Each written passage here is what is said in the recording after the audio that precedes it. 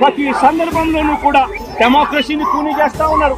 పోలీసులను వీళ్ళు ఇష్టానుసారంగా వాడుకుంటా ఉన్నారు. నేను ఇవాళ ఒకటే చెప్తా ఉన్నా, ప్రతి పోలీసు వ్యక్తికి కూడా చెప్తా ఉన్నా, మీ టోపీ మీద ఉన్న 3 సింహాలకు కనిపించే ఆ సింహాలకు సెల్యూట్ కొట్టడం మొదలు పెట్టండి. తెలుగుదేశం పార్టీ నాయకులకు సెల్యూట్ కొట్టడం మొదలుపెట్టి వీళ్ళు చెప్పినట్టుగా చేయడం మొదలుపెట్టి అన్యాయాలు చేయడం మొదలు పెడితే మాత్రం ఎల్లకాలం తెలుగుదేశం పార్టీ ప్రభుత్వమే ఉండదు అని చెప్పి ఇవాళ ప్రతి అధికారికి కూడా నేను తెలియజేస్తా ఉన్నా. రేపొద్దున మళ్ళీ మా అధికారం వస్తుంది, వచ్చినప్పుడు అన్యాయం చేసిన ఈ అధికారులందరినీ, అన్యాయం చేసిన ఈ నాయకులందరినీ కూడా బట్టలు కూడా తీసి నిలబెడతామని చెప్పి కూడా ఈ సందర్భంగా తెలియజేస్తా ఉన్నా.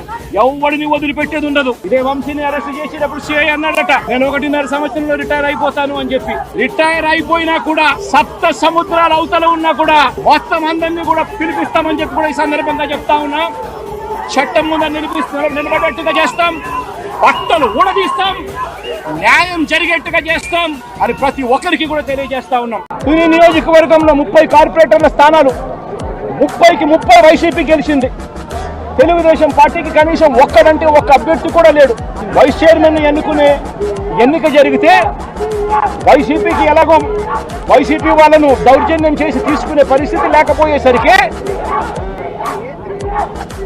తెలుగుదేశం పార్టీ వాళ్ళు ఎన్నికనే పోస్ట్ పోన్ చేశారు. అంటే వీళ్ళకి అనుకూలమైన వాతావరణం వచ్చేదాకా ఎన్నికలు జరపరు. కోర్టు పర్యవేక్షణలో ఉన్న కేసులకు సంబంధించిన పరిస్థితులు ఇవి. పాలకొండలో కూడా అంతే. వైసీపీకి అందులో 17 ఉంటే తెలుగుదేశం పార్టీకి కేవలం 3. మళ్ళీ అక్కడ వైస్ ప్రెసిడెన్సీ అన్నది వైసీపీకి రావాలన్నా తెలుగుదేశం పార్టీకి రావాలన్నా, కానీ వీళ్ళకి అనుకూలత వచ్చేదాకా పోస్ట్పోన్మెంట్.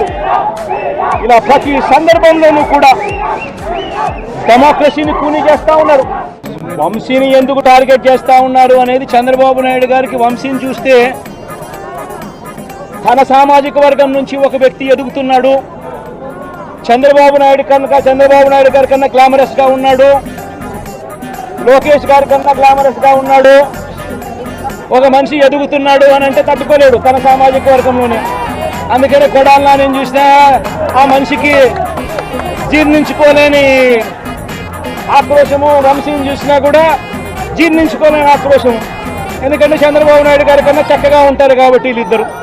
అవినాష్ కూడా పాపం ఎప్పుడో ఒకసారి టార్గెట్ అవుతాడు, ఎందుకంటే లోకేష్ కన్నా చక్కగా ఉన్నాడు కాబట్టి. ఇది చంద్రబాబు నాయుడు గారి మనస్తత్వం.